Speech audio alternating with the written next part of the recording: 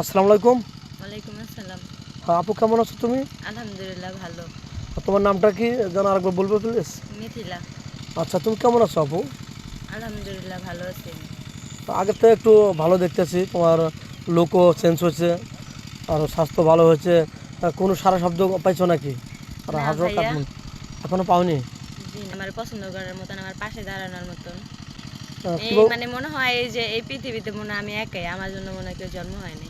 কেন এই কথা কেন বললো আবেগ দিয়ে?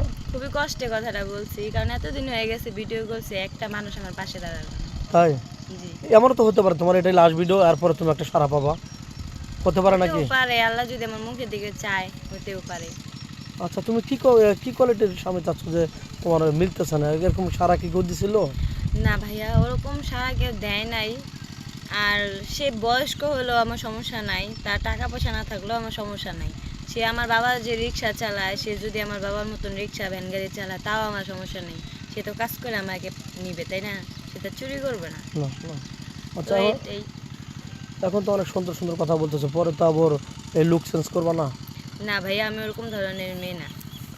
আচ্ছা, তুমি যৌথ ফ্যামিলি পছন্দ করো না সিঙ্গেল ফ্যামিলি? আমি সিঙ্গেল ফ্যামিলি পছন্দ করি না, আমি 91তে একটা ফ্যামিলি আছে, ওই ফ্যামিলি আমি পছন্দ করি। বা সবার সাথে মিলমিশ থাকাটাই ভালো।